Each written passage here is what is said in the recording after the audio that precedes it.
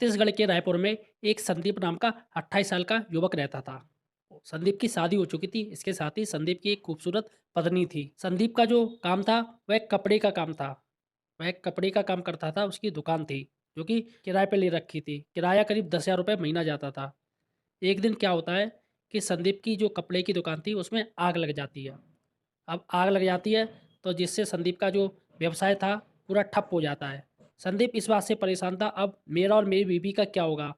अब मैं सड़क पे आ जाऊँगा, क्योंकि संदीप के माता-पिता बचपन में ही उनकी मौत हो गई थी। वह अपने मामा के साथ रह रहा था, मामा की भी मौत हो जाती है। अब ऐसे में संदीप और उसकी पत्नी अकेले रह जाती हैं। संदीप की पत्नी की जो ससुराल थी वह काफ़ी पैसे वाली थी। एक दिन संदीप ने अपनी पत्नी से कहा कि यहाँ पर मेरा कोई काम नहीं चल रहा है और मुझे यहाँ पर काम भी नहीं लग रहा है। मैं ऐसा करता हूँ कि तुम्हारी जो मम्मी हैं, जो अकेली रहती हैं, वहाँ पर उनकी देखभाल करने वाला भी कोई नहीं है, तो मैं वहाँ चला जाता हूँ और वहीं मैं काम करने लगता हूँ। तो ऐसे में संदीप की पत्नी है, वह कह देती है और अपनी माँ से फ़ोन पर बात कर लेती है, ऐसे-ऐसे संदीप वहीं रहकर काम करेगा, आपको इससे काम दिला देना। संदीप अपनी ससुराल चला जाता है, अपनी सासू माँ से कहता है कि सासू माँ मुझे कोई काम दिला दीजिए। तो सासू माँ संदीप को काम दिला देती है। संदीप काम करने लगता है। ऐसे ही दोस्तों 1 हफ्ता बीत जाता है। एक बार संदीप नहाने जा रहा था, लेकिन सामने से उसकी सास नहाती हुई आ रही थीं। सास थी वह पेटीकोट ब्लाउज़ पहनी हुई थीं और ऐसे में उनका जो बदन था वो भीगा हुआ था। ऐसे में संदीप अपनी सास को देख लेता है और सास संदीप को देखती हैं तो दोनों चौंक जाते हैं। सास वहाँ से चली जाती हैं। लेकिन सास अंदर ही अंदर सोचती रहती हैं कि संदीप ने मुझे ऐसे देख लिया। अब होता ये है कि सास और संदीप दोनों खुलने लगते हैं। एक बार की बात है कि संदीप सास के कमरे में जाता है कुछ काम से, तो वहाँ पर देखता है कि सास लेटी हुई थी और सिसकारियाँ बन रही थी। इसके साथ ही मोबाइल में कुछ देख रही थी। ऐसे में संदीप गेट खोलकर फ़ौरन चला जाता है और सास से उसका फ़ोन छीन लेता है। जब संदीप देखता है उस मोबाइल को तो वह चौंक जाता है, क्योंकि मोबाइल में ब्लू फ़िल्म चल रही थी। अब ऐसे में संदीप मोबाइल को रख देता है और सास के जाके लिपट जाता है। फिर संदीप अपने कपड़े उतारता है और सास के भी कपड़े उतार देता है और दोनों आपस में संबंध बनाते हैं। ऐसे में संदीप सास को काफ़ी अच्छे से संबंध बनाता है, जिससे सास काफ़ी खुश हो जाती हैं। सास को चरम सुख प्राप्त हो जाता है, क्योंकि उनके पति की काफ़ी पहले मौत हो चुकी थी। अब संदीप और सास रोज़ यही करने लगे। एक दिन क्या होता है कि संदीप की पत्नी 15 दिन बाद अपनी माँ के पास आती है और वहीं रुक जाती है। एक बार संदीप की पत्नी अपनी मम्मी और संदीप को आपस में आपत्तिजनक हालत में देख लेती हैं, जिसका संदीप की पत्नी काफ़ी विरोध करती है। संदीप और उसकी सास गुस्सा हो जाती हैं और अपनी लड़की के साथ और संदीप अपनी पत्नी के साथ कुछ ऐसा करता है जिसको सुनकर दोस्तों आपकी रूह काँप जाएगी। नमस्कार दोस्तों, क्लियर क्राइम चैनल में आपका स्वागत है। दोस्तों आज हम फिर से एक नई कहानी, सच्ची घटना लेकर आए हैं। इसलिए दोस्तों आपसे रिक्वेस्ट करना चाहूँगा, वीडियो पूरा देखिएगा। इसके साथ ही दोस्तों आप किस ज़िले से हो, आपका नाम क्या है, मुझे कमेंट सेक्शन में ज़रूर बताइएगा और वीडियो को पूरा देखिएगा। यह सच्ची कहानी छत्तीसगढ़ के रायपुर जिला की है, जहां पर एक गांव में छोटा सा परिवार रहता था। परिवार में संदीप नाम का लड़का अपने माता पिता के साथ रहता था। संदीप का एक छोटा भाई था जो अभी पढ़ाई लिखाई कर रहा था। संदीप के पिता प्रेम सिंह खेती किसानी किया करते थे और संदीप एक कंपनी में जॉब करता था और उसकी सैलरी भी अच्छी खासी थी। संदीप जवान तो था ही, इसीलिए उसके पिता प्रेम सिंह उसकी शादी करना चाहते थे। वह सोच रहे थे कि जल्दी से जल्दी अपने बेटे की शादी कर दें। उन्होंने कई रिश्तेदारों और दोस्तों से कह रखा था कि वह अपने बेटे संदीप की शादी करना चाहते हैं। कोई अच्छी लड़की का रिश्ता बताओ। तो 1 महीने के बाद एक रिश्ता आता है। उस लड़की का नाम काव्या होता है। काव्या देखने में बहुत खूबसूरत थी। अगर कोई भी इंसान उसे देखे तो एक ही नजर में पसंद कर ले। अच्छा, प्रेम सिंह अपने बेटे संदीप के लिए काव्या को देखने के लिए उसके घर पर पहुंच जाते हैं और उसे जब देखते हैं और एक ही नजर में पसंद कर लेते हैं, फिर प्रेम सिंह 5,000 रुपए निकालते हैं और काव्या के हाथ पर रख देते हैं और कहते हैं कि आज से तुम हमारी बेटी हो, आज से तुम हमारी बहू हो। फिर इन दोनों का रिश्ता पक्का हो जाता है और 4 महीने के बाद वह दिन आ ही जाता है जब संदीप दूल्हा बनता है और दूल्हा बनकर बारात लेकर काव्या के घर पर पहुंच जाता है। फिर इन दोनों के फेरे होते हैं, इन दोनों की शादी होती है। शादी होने के बाद शाम के समय में संदीप काव्या को अपनी दुल्हन बनाकर घर ले आता है। फिर काव्या को उसके कमरे में बैठा दिया जाता है और रात के 10 बजे के करीब संदीप अपनी पत्नी के कमरे में चला जाता है। पहले तो इन दोनों की दुआ सलाम होती है। संदीप अपनी पत्नी के पास बैठ जाता है और उससे बातचीत करने लगता है। लगभग 1 घंटे तक उसके साथ बातचीत करता है और उसके बाद सुहागरात मनाने की तैयारी करने लगता है। वह अपनी पत्नी काव्या से कहता है कि इस रात को हम भूलना नहीं चाहते हैं। इस रात को हम एक यादगार रात बनाना चाहते हैं। तुम मेरी पत्नी हो और मैं तुम्हें कभी जिंदगी में धोखा नहीं दूंगा। फिर यह दोनों एक एक करके अपने कपड़े उतारते हैं और थोड़ी देर के बाद सुहागरात मनाने लगते हैं। लगभग 2-3 बार यह दोनों सुहागरात मनाते हैं और जब थक जाते हैं तो फिर सो जाते हैं। फिर अगले दिन जब सुबह होती है तो जो मेहमान शादी में आए हुए थे वह सब जाने लगते हैं। अब इस तरीके से दोस्तों, काव्या भी संदीप के परिवार को बड़े अच्छे से संभाल लेती है और वहां पर रहने लगती है। अब इस तरीके से दोस्तों 6 महीने का समय गुजर जाता है। एक दिन घर में आपसी मतभेद की वजह से संदीप अपने पिता प्रेम सिंह से कहता है कि मैं अब तुम्हारे साथ नहीं रह सकता हूं। मैं अलग होना चाहता हूं। मैं अपनी पत्नी के साथ अलग रहना चाहता हूं। फिर उसके पिता प्रेम सिंह जो होते हैं वह संदीप को अलग कर देते हैं और कहते हैं कि ठीक है, आज से तुम्हारा हमारा कोई मतलब नहीं है, तुम अलग ही रहो। फिर संदीप दूसरी जगह जाकर एक अपना छोटा सा मकान बनाता है और अपनी पत्नी के साथ वहां पर रहने लगता है। 1 महीने के बाद किसी कारणवश संदीप की नौकरी छूट जाती है। उसको कंपनी से निकाल दिया जाता है।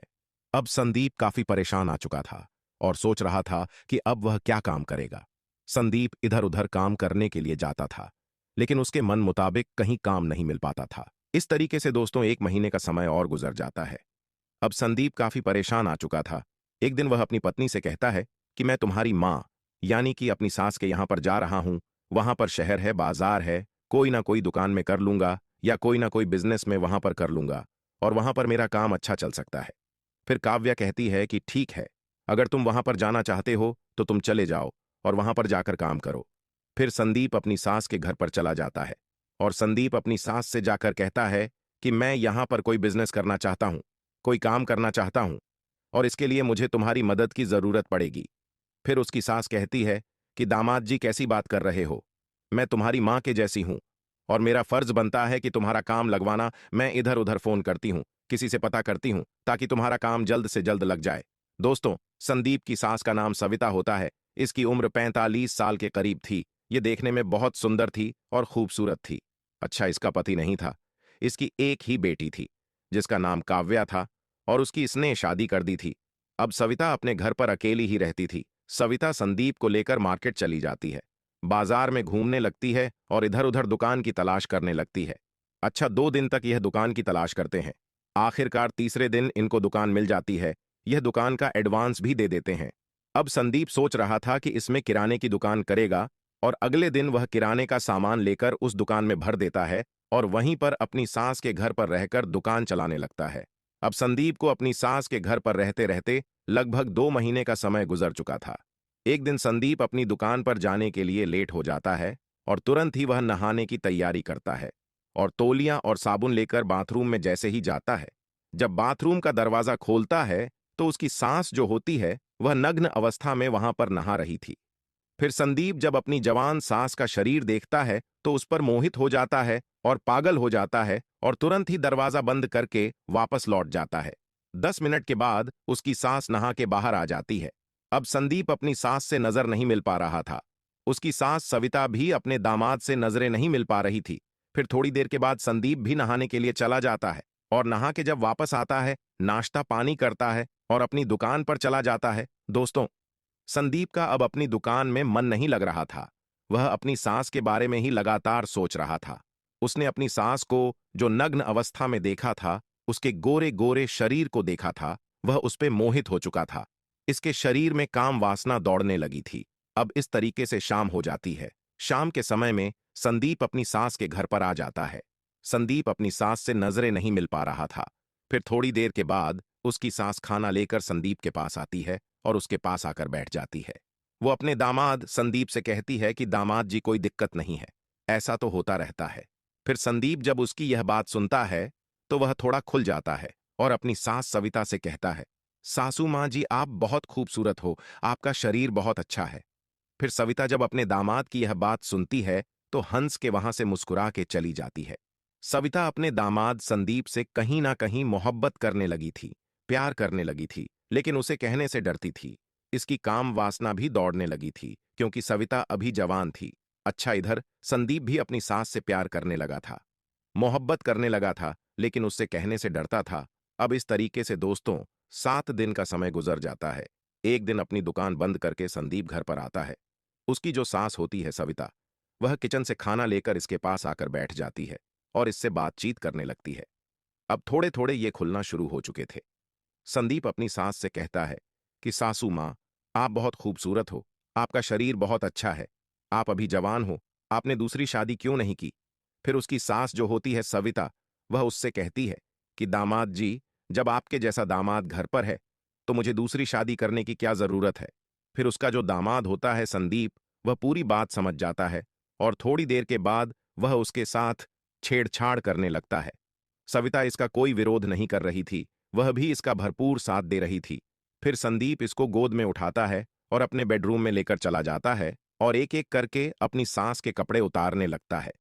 थोड़ी देर के बाद यह दोनों नग्न हो जाते हैं और फिर यह दोनों संबंध बनाने लगते हैं। संदीप अपनी सास के साथ इतनी जोरदार तरीके से संबंध बनाता है कि उसकी हालात खराब कर देता है। इन दोनों की खूबसूरत सिस्कारियां पूरे रूम में गूंज रही थीं। सविता को वह चरम सुख मिल रहा था जो उसे पहले कभी नहीं मिला था। अब इस तरीके से लगभग 2 घंटे तक ये एक दूसरे से संबंध बनाते हैं और जब थक जाते हैं तो वहीं पर लेट जाते हैं और फिर बातें करने लगते हैं। संदीप जब शाम के समय में अपनी दुकान बंद करके घर पर आता था तो खाना पीना खाने के बाद वह अपनी सास के पास ही सोया करता था और उसके साथ ही संबंध बनाया करता था। अब इस तरीके से दोस्तों 1 महीने का समय गुजर जाता है। इन दोनों का यह रोज का काम हो चुका था। एक दिन काव्या अपनी मां के घर पर आ जाती है और संदीप से कहती है कि मेरा वहां पर मन नहीं लग रहा था, इसीलिए मैं यहां पर आ गई।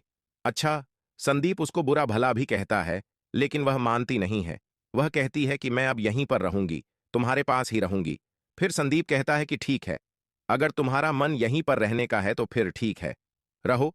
फिर काव्या भी वहां पर रहने लगती है। दोस्तों, संदीप अपनी पत्नी काव्या के साथ अपने कमरे में सो रहा था। रात के 12 बजे का समय था। संदीप उठता है और अपनी सास के कमरे में पहुंच जाता है। वह अपनी सास से कहता है कि सासू मां, मैं आपके साथ संबंध बनाना चाहता हूं। उसकी सास मना करने लगती है और कहती हैं कि बेटी यहां पर आई हुई है, अगर उसको पता लग जाएगा तो बहुत गड़बड़ हो जाएगी। लेकिन संदीप मानता नहीं है और एक एक करके उसके कपड़े उतार देता है और उसके साथ संबंध बनाने लगता है। यह दोनों इतनी जोरदार तरीके से संबंध बनाते हैं कि इन दोनों आवाजें बाहर तक आ रही थीं। अच्छा, बराबर के कमरे में काव्या सो रही थी। अचानक उसकी आंख खुल जाती है और वो ये सोचने लगती है कि यह अजीब अजीब आवाजें कहां से आ रही है। फिर वह अपने कमरे से निकलती है और अपनी मां के कमरे के जो दरवाजा होता है उस पर कान लगाकर सुनने लगती है।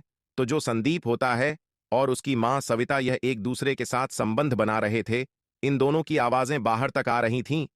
अच्छा, जैसे ही वो दरवाजे को हाथ लगाती है तो दरवाजा खुल जाता है और जब अंदर झांक कर देखती है तो यह दोनों आपत्तिजनक स्थिति में एक दूसरे के साथ संबंध बना रहे थे।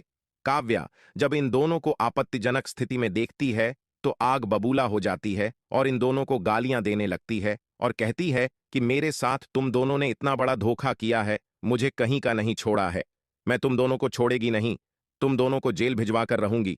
तुम दोनों ने बहुत बड़ा अपराध किया है, इसकी सजा तो तुम्हें मिलने ही चाहिए। मैं आस पड़ोस के गांव में भी बता दूंगी आपके बारे में कि आप दोनों के बीच में क्या चलता है।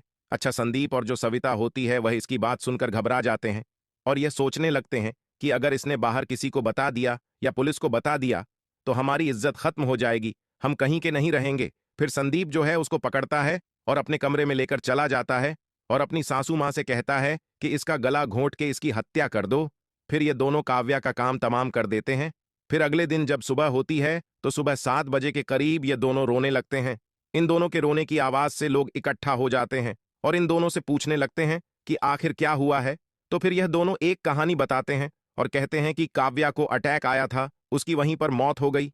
फिर के कुछ लोगों को यकीन आ जाता है लेकिन कुछ लोगों को यकीन नहीं आता है और तुरंत ही उनमें से एक व्यक्ति पुलिस को फोन कर देता है। आधे घंटे के अंदर अंदर पुलिस वहां पर पहुंच जाती है और बॉडी का पंचनामा बनाया जाता है और उसको पोस्टमार्टम के लिए भेज दिया जाता है। अब पुलिस पोस्टमार्टम की रिपोर्ट आने तक का इंतजार करने लगती है। फिर अगले दिन जब पोस्टमार्टम की रिपोर्ट पुलिस के पास आती है तो उस रिपोर्ट में लिखा हुआ था कि काव्या की हत्या गला घोंट कर की गई है। अब शक के तौर पर संदीप और उसकी सास सविता को गिरफ्तार कर लिया जाता है और थाने लेकर पहुंच जाते हैं। फिर इनसे पूछताछ की जाती है तो शुरुआत में तो यह कुछ बताते नहीं है, लेकिन थोड़ी देर के बाद इन दोनों के ऊपर सख्ती की जाती है तो फिर यह टूट जाते हैं और पुलिस को पूरी कहानी बताते हैं। संदीप कहता है कि मेरी सास और मेरे बीच में अवैध संबंध है और अवैध संबंध के चलते ही काव्या को हमने रास्ते से हटा दिया। पुलिस जब उनकी यह बात सुनती है तो दंग रह जाती है। दोस्तों, फिर इनके ऊपर एक चार्जशीट बनाई जाती है और जज के सामने अदालत में पेश किया जाता है। फिर इन दोनों को आजीवन कारावास की सजा सुना दी जाती। तो देखा दोस्तों किस तरीके से ये जो गलत काम होता है उसका फल गलत ही हमेशा मिलता है। आज संदीप और उसकी सास ने जो भी कुछ किया है वह जेल की सलाखों में है। तो मेरा वीडियो बनाने का जो मकसद था वो यही था कि आप लोगों को दिखाना है कि समाज में किस तरीके से कुरीतियाँ फैली हुई हैं। लोग अपने रिश्तों की भी परवाह नहीं कर रहे हैं और गलत काम कर रहे हैं। हमें इन कामों से बचना चाहिए। दोस्तों इसके साथ ही आप लोग सावधान रहिएगा, सजग रहिएगा। आपका नाम क्या है? आप किस शहर से हो? मुझे कमेंट सेक्शन में ज़रूर बताइएगा।